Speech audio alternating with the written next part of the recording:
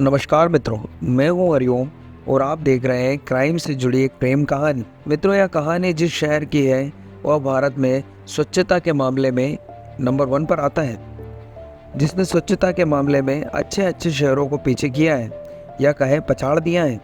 जी हाँ, आप समझ ही गए होंगे कि हम किस शहर की बात कर रहे हैं। जो लोग नहीं जानते उन्हें हम बता दें कि हम देवी अहिल्या की नगरी इंदौर शहर की बात कर रहे हैं। आज की कहानी इंदौर शहर की है। इंदौर के दिन की शुरुआत जहां पोहा जलेबी से होती है, वहीं उनकी रात सराफा में ख़त्म होती है।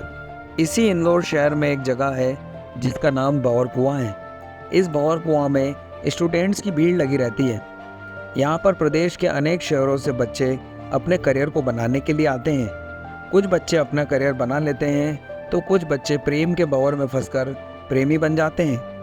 आज जिस कहानी के बारे में हम बात करेंगे वो भी इसी भंवर कुआं के भंवर से जुड़ी है। दिन था 2 अप्रैल 2024। सुबह के लगभग 11:30 बजे होंगे। भंवर कुआं स्थित स्वामीनारायण मंदिर में 3 लोग अंदर जाते हैं, जिसमें से एक लड़की और 2 लड़के थे। ये तीनों मंदिर के दर्शन करते हैं और पास के बने प्रांगण में स्थित गार्डन में एक बेंच पर बैठ जाते हैं। तीनों लोग अच्छे खासे घर के लग रहे थे और देखने से तीनों स्टूडेंट्स भी लग रहे थे। तीनों मित्र आपस में बात करने लगते हैं। सुबह का समय था, मंदिर में ज़्यादा भीड़ भी नहीं थी। थोड़ी देर तो ये लोग आपस में बातचीत करते हैं, फिर अचानक से उठकर बाहर की ओर निकल पड़ते हैं। जैसे ही वह लोग उठे, उनमें से एक लड़के ने अपनी जेब से एक पिस्टल निकाली और फट से लड़की पर फायर कर दी। शुक्र है गोली लड़की को न लगकर उसके सर के पास से निकल जाती, लेकिन तभी लड़के ने दोबारा से फायर कर दिया। यह गोली लड़की के सर में जाकर लगती है और वह लड़की धड़ाम से ज़मीन पर गिर जाती है। फिर वह लड़का अपने पिस्टल से एक गोली और फायर करता है जो लड़का इनके साथ आया था उसके ऊपर, और यह गोली उस लड़के के सर में जाकर लगती है। वह लड़का भी धड़ाम से ज़मीन पर गिर जाता है। यह सब इतनी जल्दी हुआ कि कोई कुछ समझ पाता उससे पहले 2 लोग ज़मीन पर पड़े थे। जिसने गोली चलाई वह लड़का मंदिर प्रांगण से तुरंत बाहर की ओर भागा और भागकर सीधा पास में एक कॉलेज है उसमें चला जाता है। कॉलेज में अंदर जाकर पास में बैठी एक महिला सिक्योरिटी गार्ड से वह पूछता है कि पीने का पानी किधर है। तो वह महिला सिक्योरिटी गार्ड उसको इशारों में बताती है कि पानी बाईं ओर मिलेगा, और लड़का बाईं ओर की तरफ दौड़ लगा देता है। वह लड़का इतना घबराया हुआ था कि जब वह पानी का पूछ रहा था उस समय भी वह रुका नहीं, बल्कि उसने दौड़ते दौड़ते ही महिला सिक्योरिटी गार्ड से यह बात पूछी। यह सब सीसीटीवी कैमरों में भी रिकॉर्ड हो रहा था। उसके बाद वह पानी पीने के लिए जाता है, लेकिन पानी ना पीकर पहले वह अपनी जेब से मोबाइल निकालकर किसी को एक मैसेज भेजता है और मैसेज करके वापस अपनी जेब में मोबाइल रख लेता है, और फिर दूसरी जेब में हाथ डालकर पिस्टल निकालता है जिससे उसने उन दोनों लोगों को मारा था। वह पिस्टल निकालता है और अपनी कनपेटी पर रखता है और एक फायर करता है, और देखते ही देखते वह भी ज़मीन पर गिर जाता है। गोली की आवाज़ सुनकर पूरे कॉलेज में हड़कंप मच जाता है।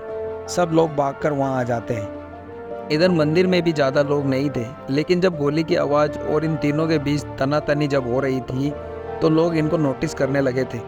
अब यहाँ से कोई पुलिस को कॉल कर देता है और फिर पुलिस की टीम मौके पर आ जाती है। यहाँ फिर इन तीनों को हॉस्पिटल रेफर कर दिया जाता है, जहाँ पर हॉस्पिटल वाले इनको मृत घोषित कर देते हैं। अब इंदौर पुलिस को इन तीनों की शिनाख्त करती है और सबूत जुटाने का प्रयत्न करती है।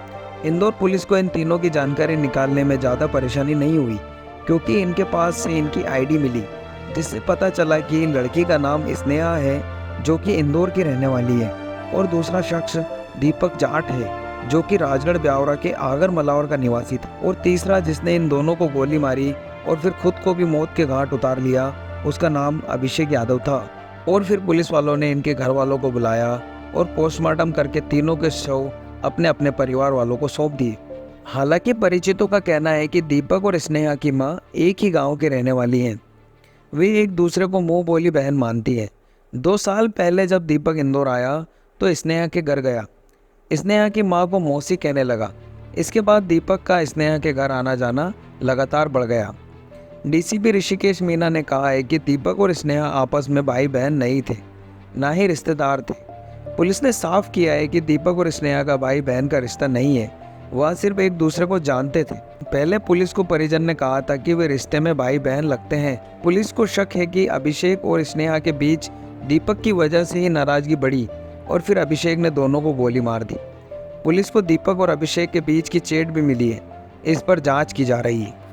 अब इंदौर पुलिस कड़ी से कड़ी जोड़ने लगी और इन तीनों के मोबाइल खंगालने लगी। जब मोबाइल की जांच इंदौर पुलिस ने की तो उनको एक अलग ही कहानी मिली। जब अभिषेक यादव ने इन दोनों को गोली मारकर कॉलेज की तरफ गया तो उसने मोबाइल पर एक मैसेज किया था, जो कि मैं आपको हूबहू पढ़कर सुनाता हूँ। इसमें आपको पूरी कहानी समझ में आ जाएगी। अब जो SMS अभिषेक ने किया, ये शब्द अभिषेक की जुबानी है।